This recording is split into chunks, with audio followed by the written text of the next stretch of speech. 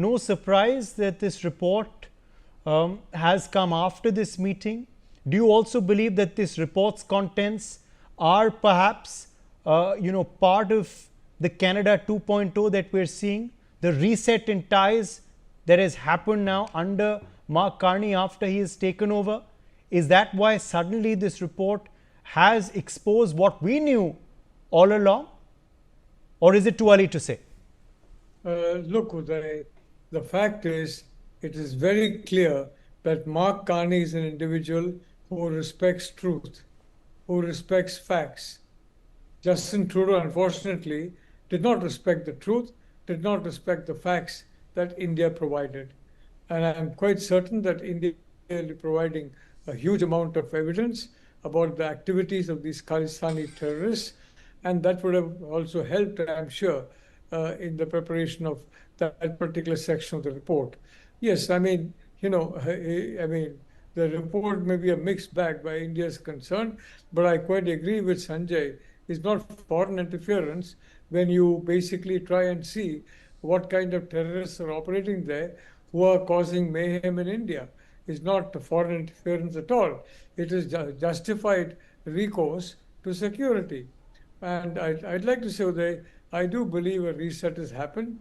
I do believe Mark Carney is very different from Justin Trudeau, and I think we should not expect him to move the whole way immediately. But he's got a term ahead of him. And my point is, I think he's made an extremely good start. And I would say the meeting between him and Prime Minister Modi was instrumental in ensuring this kind of a start.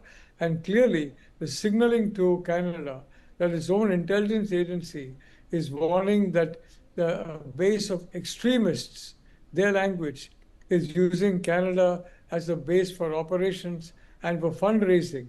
Again, not my language, their language. I think it's very, very welcome, as has correctly been said, 40 years after the Kanishka bombing, which, by the way, still remains unresolved by the RCMP. So I have been very heartened by this, and I think it's a very valuable result of the meeting. And I'd mentioned earlier that even this particular reset of India-Canada relations would have made the entire trip of Prime Minister Modi worthwhile. But there were other, of course, very other achievements that he did. But I'd like to say that I do see a reset. I do see Mark Carney behaving in a completely different manner from his predecessor. And that's because Mark Carney has no baggage. Justin Trudeau appeared to have a made-in-China bag with him. And unfortunately, that, I think, made-in-China bag he liked very much, and he was attached to it. So, but Mark Carney has no bag attached, no strings attached to him.